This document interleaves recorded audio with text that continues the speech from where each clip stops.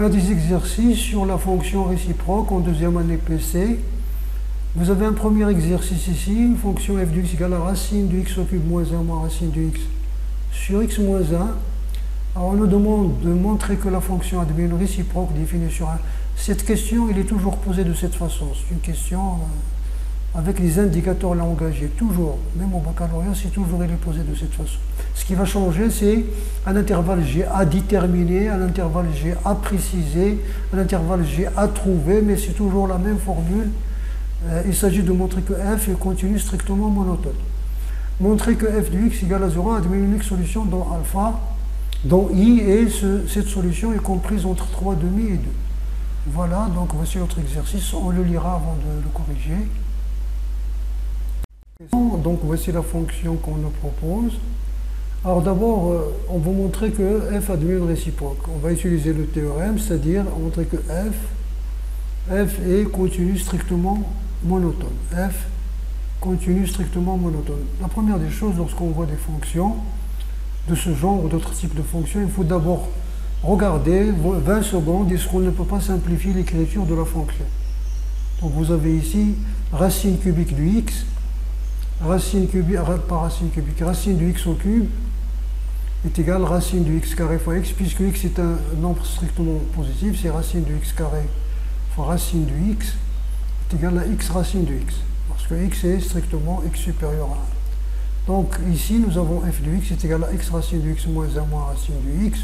On met racine de x en facteur, on décompose, donc racine de x facteur de x moins 1 sur x moins 1, on simplifie, moins 1 sur x moins 1. Déjà, alors vous avez ici la fonction f et la somme de deux fonctions usuelles, la racine carrée et la fonction homographique ou bien la fonction rationnelle, la fonction inverse ici dans ce cas.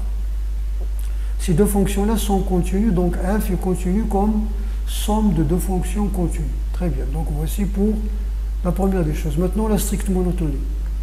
Pour tout x appartenant à, pour tout x supérieur ou strictement à 1, f' du x égale, donc la dérivée de 1 sur racine de x, c'est 1 sur 2 racine de x, moins la dérivée de x moins 1, c'est moins x moins 1 dérivée sur x moins 1 au carré.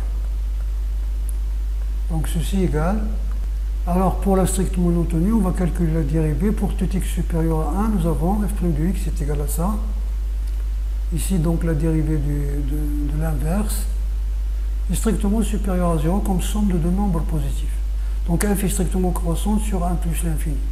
Donc les deux conditions réunies, ça veut dire que f admet une réciproque définie sur j qui est égal à f de i. J égale à f de i. F de i, donc c'est f de 1 plus l'infini comme nous avons vu dans le cours. Donc c'est la limite en 1 plus, parce que la fonction est croissante, la limite en plus l'infini. La limite en 1 plus, vous avez ici donc racine de 1 c'est 1, moins 1 sur 0 plus. Donc ça veut dire 1 sur 0 plus c'est plus l'infini, c'est moins l'infini. Donc ça égale à moins l'infini. Et la limite en plus l'infini, 1 sur une quantité tendant vers plus l'infini est égal à 0. Racine ici, donc tend vers plus l'infini. Très bien. Vous avez la fonction f est définie de 1 plus l'infini, donc vers f de 1 plus l'infini c'est r. F moins 1, il sera défini de r vers 1 plus l'infini. Bien. Alors comme 0 appartient à r, donc il admet une image. Donc f moins 1 de 0 appartient à 1 plus l'infini. Et les images sont uniques. C'est-à-dire, il existe un unique alpha appartenant à 1 plus l'infini, à l'unique réel alpha appartenant, tant que f moins 1 de 0 égale à alpha.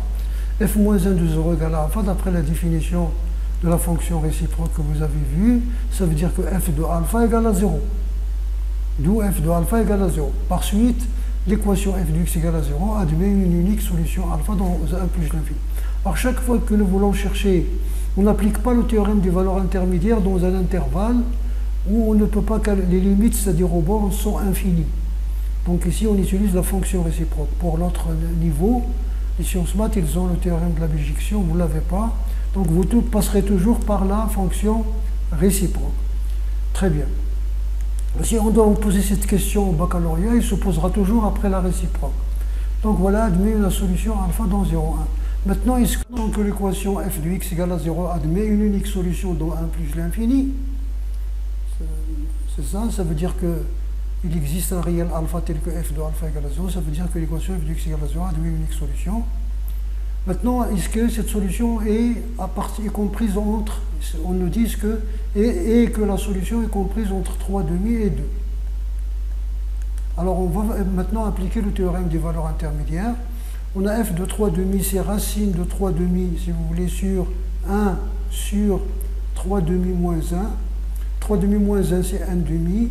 Donc c'est racine de 3 demi moins 2. 3 demi est inférieur à 4, donc c'est inférieur à 0. Et l'image de 2, c'est, voici l'image de 2, c'est racine de 2. Ici, vous avez donc ces racines de 2 sur 1, moins 2 sur 1. Donc moins 1 est supérieur à 0. Donc f de 3 demi, c'est pas nécessaire d'écrire ça, hein. Il suffit qu'une soit positive et l'autre négative.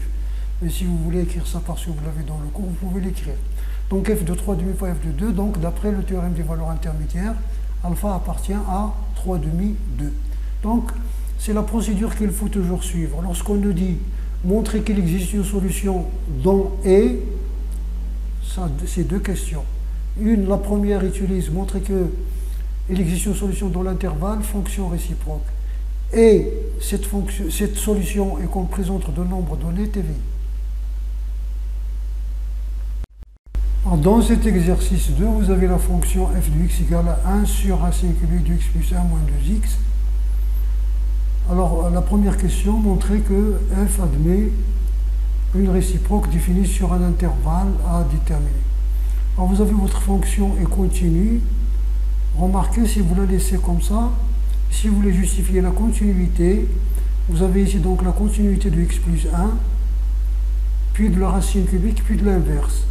Et si vous écrivez sous la forme racine cubique de 1 sur 1 plus x, vous avez la composée de deux fonctions.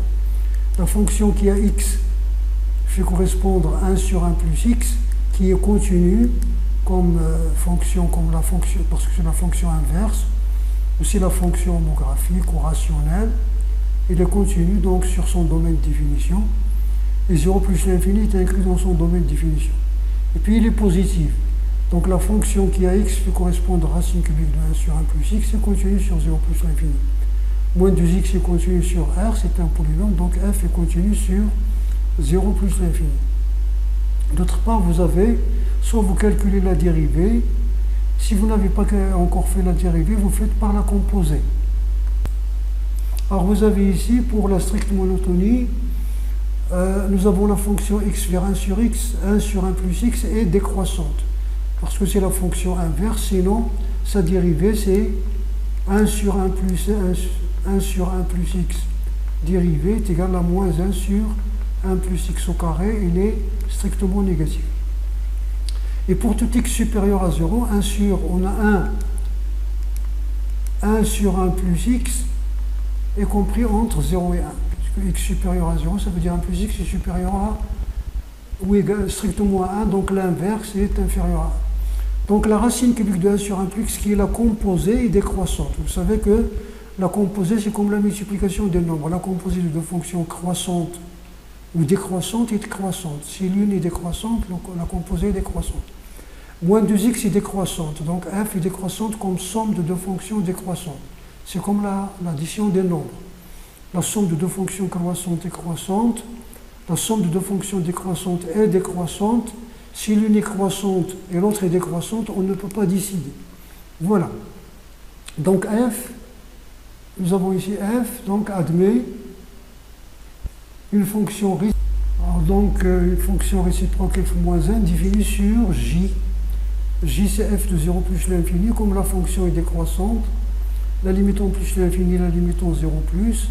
Comme la fonction est continue en 0 plus, vous avez la limite en 0 plus de f est égale à f de 0, parce que la fonction est continue à droite de 0. Donc l'image de g ici, moins l'infini 1. Question, il s'agit donc de montrer qu'il existe un réel strictement positif, alpha, qui vérifie 8 alpha à la puissance 4 plus 8 alpha au cube moins 1 égale à 0. Alors donc déjà, il faut voir quelle est la relation de cette équation avec notre exercice. C'est-à-dire dans ce genre de cas, faire apparaître la fonction. Donc ici, vous avez ça égal à 0. S'il existe alpha qui vérifie ça, cela signifierait que 8 alpha au cube facteur de alpha plus 1 égale à 1. Comme ce nombre donc vous divisez par 1 sur alpha plus 1, vous avez 8 alpha au cube égale 1 sur alpha plus 1. Ça, ce sont deux nombres positifs qui sont égaux, donc leurs racines cubiques sont égales. Donc vous avez ça, ça veut dire ça est égal à, ça c'est 2 alpha, parce que 8 au cube, vous avez 8 alpha au cube, c'est 2 alpha le tout au cube. Voilà, c'est-à-dire f de alpha égale à 0. Donc on montre que l'équation f de x égale à 0 a une unique solution alpha dans 0 plus l'infini. Donc comme dans l'exercice 1, nous avons d'après la première question f moins 1 est défini de moins l'infini 1 vers 0 plus l'infini. Et comme 0 appartient à cet intervalle-là, donc il admet une seule image. Donc il existe un seul alpha tel que f moins 1 de alpha égale f moins 1 de 0 égale à alpha. Or, f moins 1 de 0 égale à alpha veut dire que f de alpha égale à 0. Ça veut dire donc que l'équation f de x égale à 0 admet l'unique solution alpha dans 0 plus l'infini. Ce n'est pas la peine de répéter parce que vous avez déjà expliqué que votre question signifie f de alpha égale à 0. Alors pour ce deuxième exercice, donc vous avez cette fonction g définie de cette façon. Alors la première question, déterminer le domaine de définition de g. Donc pour un réel x donné, ce réel appartient au domaine de définition de la fonction g, si seulement si, ou bien signifie que la quantité sous le radical ici est un nombre positif.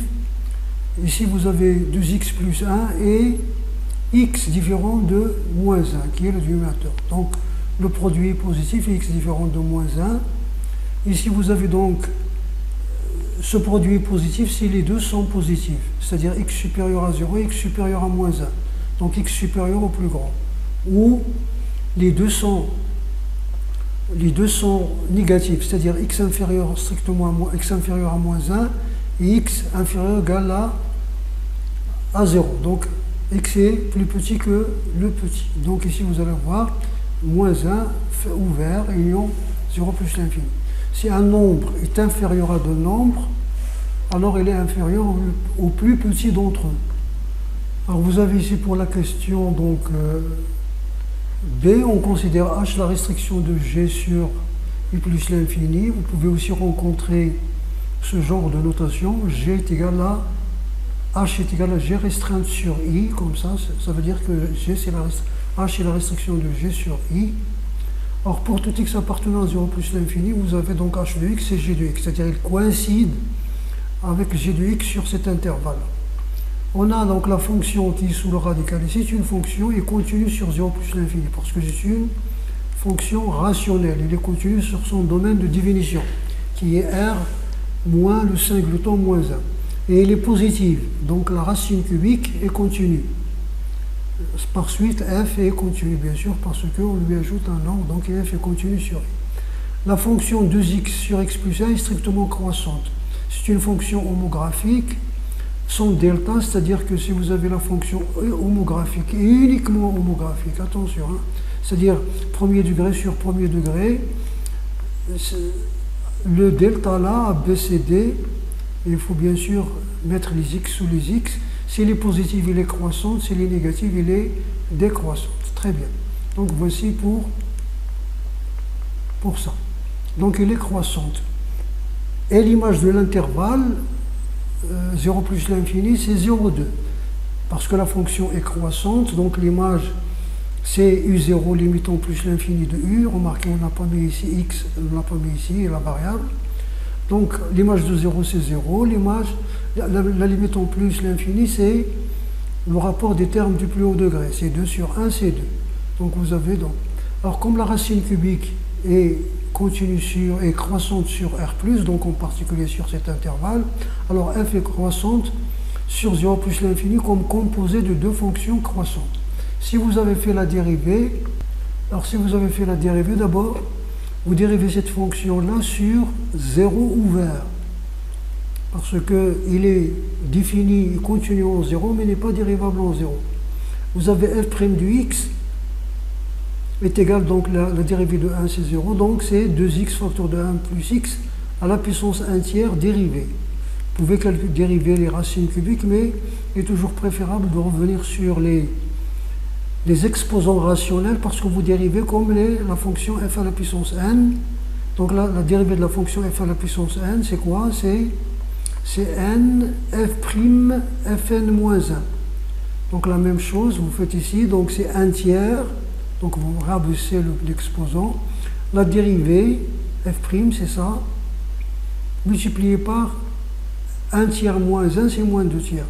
La dérivée de la fonction homographique, sa dérivée, donc vous faites la dérivée comme vous connaissez, c'est-à-dire dérivée du numérateur fois dénominateur moins dérivée du numérateur fois numérateur sur numérateur au carré, ou bien vous écrivez directement, c'est delta, donc 2 fois 1 moins 0 sur dénominateur carré, c'est-à-dire delta sur dénominateur carré. Donc c'est la fonction homographique, attention. Donc ça est un nombre supérieur à 0. Là il s'agit de la fonction h, j'ai corrigé ici, donc h est croissante sur 0 plus l'infini de comme somme de fonction croissante, h' de x est égal à ça. Vous avez bien compris qu'il s'agit d'un lapsus. Donc vous avez ici h est continue strictement croissante sur l'intervalle 0 plus l'infini. Donc elle admet une réciproque h moins 1 définie sur h de i qui est égal à j. J est égal à h de i. J est égal donc à h de 0 plus l'infini. La fonction h étant croissante, donc c'est h de 0, la limite hors x tend vers plus l'infini de h de x. H la voici. H de 0 c'est moins 1. La limite hors x tend vers plus l'infini, c'est la quantité ici, c'est 2x sur x plus 1. Vous avez ici, c'est un théorème que vous avez fait au cours 1. Vous avez la limite x tend vers plus l'infini de 2x sur x plus 1, le fait de dire on remplace, est égal à 2, et x vers racine cubique du x continue en 2. Continue en 2. Donc, la limite en 2 de h, en plus l'infini de h, pardon, la limite en plus l'infini de h est égale à racine cubique de 2 moins 1.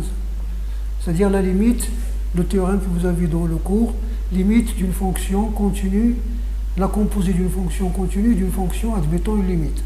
Vous l'avez ça, même en PC, vous avez le théorème. Bien, donc on va déterminer h moins 1 de x pour tout x de j. Nous savons que par définition, x appartient à j et x moins 1, h moins 1 de x égale à y. Ceci est équivalent à dire, donc si seulement si, y appartient à i et h de y égale à x. Donc on commence de là, on a h de y égale à x, ça veut dire, on a h de y égale à x, donc veut dire, donc d'où racine cubique de 2y sur 1 plus y moins 1 égale à x. C'est-à-dire racine cubique de 2y, là c'est 2y sur 1 plus y est égal à 1 plus x. Bien sûr, il doit être un nombre supérieur à 0 parce que x appartient à cet intervalle-là, moins 1, racine, donc x est supérieur à moins 1. Donc en élevant à la puissance 3, vous avez donc 2y sur 1 plus y égale à 1 plus x au cube. Si vous multipliez donc ici les moyennes et les extrêmes, vous allez avoir d'où 12y de y est égal à 1 plus x au cube plus y facteur de 1 plus x au cube. C'est-à-dire vous multipliez les moyennes et les extrêmes. Donc y facteur de 2 moins 1 plus x au cube égale à 4. Donc y est égal à ceci et y est égal à h moins 1 de x. Vous pouvez faire des vérifications. Par exemple, si vous remplacez x par 0, vous allez avoir 1 sur 2 moins 1. C'est-à-dire, par exemple, h moins 1 de 0 est égal à 1. Et ça veut dire que h de 1 égale à 0. Et effectivement, si vous remplacez la fonction h de 1, ici, si vous remplacez h de 1 dans la fonction, vous allez avoir 0. Mais vous pouvez utiliser les limites. Voilà, par exemple, voilà. Voici pour l'exercice 3. Donc vous avez cette fonction définie par morceau, par intervalle, comme suit. Alors, la première question, on vous demande de calculer la limite en plus l'infini ou en moins l'infini. Donc la limite, lorsqu'x tend vers plus l'infini de f de x, est égale à la limite x tend vers plus l'infini de x moins racine de x moins 2. C'est une forme indéterminée, donc c'est l'infini moins l'infini, forme indéterminée. Donc on va multiplier par la... C'est pas la peine de multiplier par la partie conjuguée parce que vous avez ici racine du x, donc 1 moins racine du x moins 2 sur x. Bien sûr, qui est égal à, si vous voulez, parce que x tend vers plus l'infini, limite x tend vers plus l'infini de x facteur de 1 moins racine de x moins 2 sur x carré. Si c'était x tend vers moins l'infini, vous mettrez ici un plus, parce qu'en faisant x au carré sort de la racine carrée en valeur absolue. Donc est égal à plus l'infini. Pourquoi? Car la limite de la quantité qui est x tend vers plus l'infini de x moins 2 sur x carré est égal à la limite x tend vers plus l'infini de 1 sur x, plus haut degré sur plus haut degré, est égal à 0. Et comme la racine carrée est continue en 0, alors la limite, c'est racine de 0, c'est ça. Alors la limite en moins l'infini, c'est la limite de la deuxième partie. Ici, si vous voulez mettre en facteur, il faut mettre moins x en facteur. Parce que si vous faites x en facteur, vous ne pouvez pas le sortir parce qu'il est négatif. Et comme nous avons dit dans l'autre vidéo, la précédente vidéo, on va faire un changement de variable. On pose t égale à moins x. Donc vous allez avoir ici, c'est moins t, moins 1, plus racine cubique de 3 plus t. Bien sûr, lorsqu'il tend vers plus l'infini. Donc est égal la limite, maintenant vous pouvez factoriser, la limite t tend vers plus l'infini de t facteur de moins 1 plus racine cubique de 3 plus t sur t. Alors ce que vous voulez, soit vous mettez racine cubique en facteur, soit vous faites entrer le t à l'intérieur, c'est la même chose. Donc est égal donc moins 1. Ce terme-là, moins 1, c'est pas la peine de le factoriser. Donc est égal limite t tend vers plus l'infini de t facteur de moins 1 plus racine cubique de t plus 3 sur t au cube moins 1. Donc voilà, donc vous avez est égal à plus l'infini. Avec ce moins-là, c'est moins l'infini. Moins l'infini. La limite de t tend vers plus l'infini de t plus 3 sur t au cube, ça c'est une fonction rationnelle, est égale à 0. Très bien. Alors, deuxième question, il s'agit d'étudier la continue, la dérivabilité en x0 égale à 3 et interpréter les résultats graphiquement. D'abord, si vous voulez le faire, vous cherchez d'abord la continuité, parce que si une fonction n'est pas continue, il n'est pas dérivable. Vous avez vu, donc on a vu que la dérivabilité implique la continuité. Par contraposé, la non-continuité implique la non-dérivabilité. Donc si la fonction n'est pas dérivable, pour continue, ce n'est pas la peine de chercher la dérivable.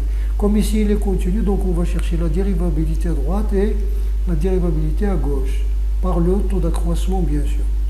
Alors vous avez ici la limite en 3+. Vous savez, dans notre programme, étudier la dérivabilité, c'est chercher la limite du taux d'accroissement. Attention, il ne faut pas dériver et remplacer dans la dérivée. Hein. Bon, dans des cas, oui, c'est vrai, pour des cas de fonction continue, mais pour nous, chercher donc, étudier la dérivabilité, une seule façon de faire, c'est chercher la limite du taux d'accroissement, comme ici. Donc vous avez ça. D'ailleurs, tous les taux d'accroissement vous donnent 0 sur 0. Hein. Donc si vous ne donnez pas 0 sur 0, c'est qu'il y a une erreur. Parce que vous avez ici, lorsque vous faites x tendre x vers 3, vous allez avoir f de 3 moins f de 3 sur 3 moins 3. Donc ici, ça doit se répercuter ici le 0 sur 0. Alors soit vous laissez comme ça, vous faites la partie conjuguée, c'est-à-dire vous prenez la partie conjuguée, il y a racine de 2 plus x moins 2. Ou bien vous pouvez comme ça partager, vous avez x moins 3 sur x moins 3 c'est 1 moins 1. Donc si vous faites le dénominateur convexe, vous allez avoir x moins 3 moins racine de x moins 2 plus 1, c'est-à-dire x moins 2 c'est la même chose. Si vous multipliez par la partie conjuguée, ça vous donne carré moins carré, c'est-à-dire x moins 2 moins 1 c'est x moins 3. Sur la partie conjuguée, vous simplifiez, donc 1 moins 1 demi, lorsque x tend vers 3, vous allez avoir ici 1, donc 1 moins 1 demi c'est 1 demi. Donc votre fonction est dérivable à droite de 3, ou bien à droite en 3, et le nombre dérivé c'est 1 demi. Nombre dérivé à droite. Pour la dérivabilité à gauche, la même chose, le taux d'accroissement est égal à la limite lorsque x tend vers 3 moins, votre fonction x moins 1 plus racine de 3 moins x moins 2. Vous avez x moins 1 moins 2 c'est x moins 3, x moins 3 sur x moins 3 c'est 1, moins, parce que vous avez x moins 3 ici pour avoir la variable 3 moins x qui est positive. Parce que x tend vers 3 moins, c'est-à-dire cette quantité-là est négative, c'est un 0 moins. Donc vous avez ici, donc la limite, ça tend vers, ici vous allez avoir donc 1 moins racine cubique de 3 moins x au carré. Vous savez que la partie conjuguée de racine cubique de x, c'est racine cubique de x au carré. Ce n'est pas racine cubique de x, mais c'est x. Par exemple, 1 sur racine de x, si vous voulez enlever racine de x, vous multipliez par racine de x. C'est égal à racine de x sur x. Et sinon, il faut multiplier par racine cubique de x carré. Donc vous avez ça, donc ça tend vers 0 plus, donc c'est moins l'infini. Très bien. Alors pour l'interprétation graphique, vous avez la courbe de la fonction f. La courbe de la fonction f admet au point de coordonnées 3, 2. Si vous ne voulez pas chercher, parfois c'est lourd, vous dites au point d'abscisse 3 sans calculer l'image. Une demi-tangente définie par y est égale à f' droite de 3, facteur de x moins 3, plus f de 3. Donc de 3 plus f de 3. Donc c'est 1 demi x moins 3 plus 2, f de 3 c'est 2. Donc c'est 1 demi de x moins 3 demi plus 2, donc plus 1 demi. Et bien sûr x supérieur ou égal à 3, c'est-à-dire c'est une demi-droite, c'est une droite dans un demi-plan. Ça c'est une droite et ça c'est un demi-plan. Et cette courbe elle-même, elle admet au point A, le même point A, ou bien il y a ceux qui écrivent à gauche de A à droite de A, ce positionnement-là, pour ne pas l'appeler autrement. Voilà donc comme ça. Une demi-tangente verticale dirigée vers le haut. Dirigée vers le haut, c'est lorsque ces signes ils sont égaux, sont les mêmes. Par exemple, 3 plus l'infini, 3 moins l'infini. S'ils sont différents, il est dirigé vers le bas. Ou si vous voulez, cette demi-tangente, d'abord, il est situé, donc vous avez la droite d'équation x égale à 3, c'est ça la droite d'équation x égale à 3. Et vous avez l'image, il est dirigé vers le haut, il est comme ça, donc ça veut dire qu'il est sur la droite d'équation x égale à 3, et y est sur le demi-plan, ça c'est le demi-plan d'équation y supérieur ou égal à 2, le fort. Donc vous pouvez l'écrire comme ça, c'est-à-dire ou défini par, c'est-à-dire vous la définissez elle aussi par défini par. Donc un demi-plan et une droite verticale. Très bien. Tandis que l'autre elle est comme ça, c'est-à-dire vous avez toujours la demi-tangente par un point, passe par le point. Et si vous l'image de 1, c'est 1 demi plus 1 demi c'est 1, donc il passe par cet autre point. Donc vous avez ici sur la droite, donc la tangente c'est celle-là, la demi-tangente c'est celle-là. Donc vous avez par exemple, votre courbe, il peut être comme ça par exemple, il se casse ici. Ce point est un point ongle. Alors votre courbe peut être par exemple comme ça. Il vient comme ça, il s'écrase avec la tangente et puis il va aussi avec la tangente, par exemple. Très bien. Alors troisièmement, le calcul de la dérivée, on ne nous a pas demandé d'étudier la dérivabilité. C'est-à-dire la question n'est pas formulée par étudier la dérivabilité et calculer f' de x. Il s'agit de calculer directement la dérivée. Donc sur moins l'infini 3, nous avons cette dérivée, donc ça va nous donner ça. La dérivée donc c'est plus, donc 1 tiers. Voilà, plus 1 tiers. La dérivée, donc la dérivée de f à la racine unième, la dérivée de la racine unième de f est égale à n, 1 sur n, f' sur racine énième de f à la puissance n-1. Donc ici, donc vous avez ça dans le cours, cette formule. Sinon, utilisez toujours les exposants rationnels parce que pas les polynômes, d'accord? Et dans ce cas, vous utilisez la dérivée de f à la puissance n dérivée. F à la puissance n dérivée, donc ce que vous connaissez, donc c'est n, f', fn-1.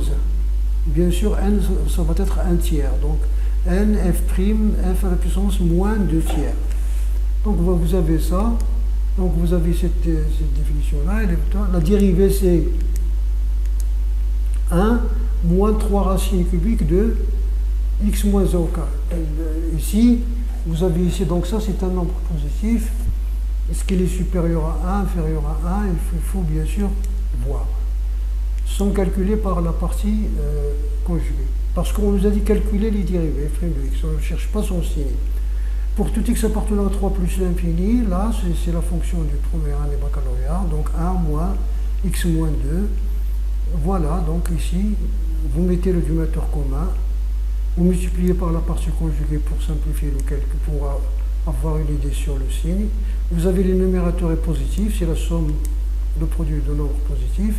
Donc f' de x est le signe de x moins 9k.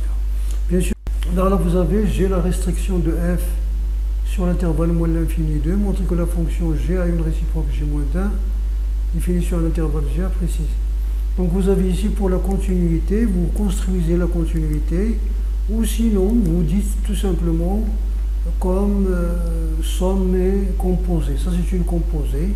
Et ça, c'est une fonction. Comme somme composée de fonctions continues, sans les détailler, sans les spécifier. Mais lorsqu'on dit montrer qu'il est continu sur son domaine de définition, vous devez spécifier toutes les opérations sur les fonctions continues. Très bien. Donc il est continu. Nous avons, quel que soit x pour tout x appartenant à... j'évite d'écrire le quantificateur, mais si parfois il saute, moins l'infini 2. Nous avons g' du x et f' du x est égal à quoi? Est égal à 1 moins 1 sur 3 racine cubique de 3 moins x au carré. 3 moins x au carré. C'est inférieur à 2, donc moins x est supérieur à moins 2. Si vous ajoutez 3 ou 2 membres, vous allez voir ici supérieur à 1. Donc vous allez voir 3 moins x au carré est supérieur à 1, d'où, si vous faites la racine cubique étant croissante, au carré, est supérieur à 1. Si vous multipliez les deux termes par 3, donc vous allez avoir 3. Donc vous allez avoir finalement donc 1 moins racine de 3 moins 1 est supérieur à 2. Donc vous allez avoir 3 racine cubique de 3 moins x au carré moins 1 est supérieur à 2, donc ça. Et f est strictement croissante sur moins l'infini 2. Sur moins l'infini 2. Voilà. Alors vous avez donc G strictement croissante, vous avez donc G.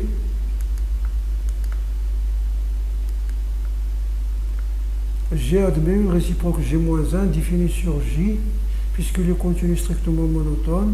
J c'est égal à G de I, c'est G de moins l'infini 2.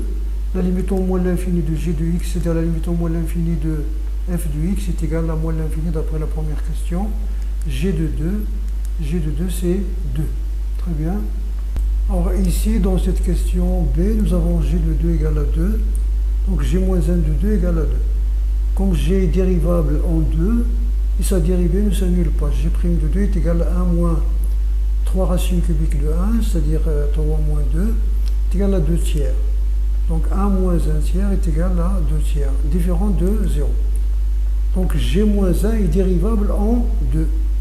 Et sa dérivée, G-1' de 2, est égal à 1 sur G' de 2. Comme vous avez vu dans le cours. Donc vous avez ça, c'est une formule à apprendre. Et d'ailleurs, c'est ce qu'on donne au baccalauréat. On ne donne pas la réciproque, mais cette formule-là. Très bien, est égal à 3 demi. Pour 4, il faut d'abord voir qu'il est pour moins 4. faut résoudre l'équation g de x est égal à moins 4. C'est-à-dire qu'il est le nombre qui nous donne moins 4. Donc ici, c'est g de x égale à moins 4 signifie que x moins 1 plus racine de est égal à moins 4. Ça veut dire x plus 3 plus racine cubique. Si vous voulez faire apparaître cette variable-là, si vous ne voulez pas faire le changement de variable, donc c'est moins 3 plus x plus 6. Ça veut dire x au cube, si vous faites passer tout de l'autre côté, x au cube, ça c'est x au cube, en posant grand x est égal à ça, donc grand x au cube moins x moins 6. Vous remarquez que 2 est une solution, 8 moins 2 moins 6, donc vous factorisez avec la méthode que vous connaissez, division directe, division euclidienne pour les nombres que vous connaissez. Voilà, et vous avez donc le deuxième terme, c'est x plus 2, x carré plus 2x plus 3. Ça, c'est l'identité remarquable, plus 2. Ça veut dire que la deuxième parenthèse ne s'annule pas. Ou bien son delta est négatif. Delta, c'est 4 moins 12, c'est négatif. Donc x est égal à 2 est une solution. Par suite, racine cubique de x moins 3, c'est ça. 3 moins x est égal à 2. Vous élevez à la puissance 3, vous avez 8. Donc moins x est égal à 8 moins 3, c'est 5. Donc grand x, petit x est égal à moins 5. Ça veut dire que g de moins 5 égale à moins 4. D'ailleurs, si vous remplacez, vous trouvez que c'est ça. Et g moins 1 de moins 4 est égal, donc g moins 1, donc ça, et g moins 1 de moins 4 égale à moins 5. G moins 1 prime de moins 4, c'est 1 sur G prime de moins 5. Et G prime de moins 5, vous le calculez, et vous avez le résultat. G prime de moins 5, parce que ici, vous avez G prime de moins 5, c'est 1 moins 1 sur 3 racines cubiques de 3 moins moins 5 plus 5 au carré. Ça veut dire donc 1 moins 3 plus 5 c'est 8, racine cubique de 8 c'est 2, 2 au carré c'est 4, 1 moins 1 douzième. Ça veut dire 11 sur 12. Donc ça c'est égal à 12 sur 11. Très bien.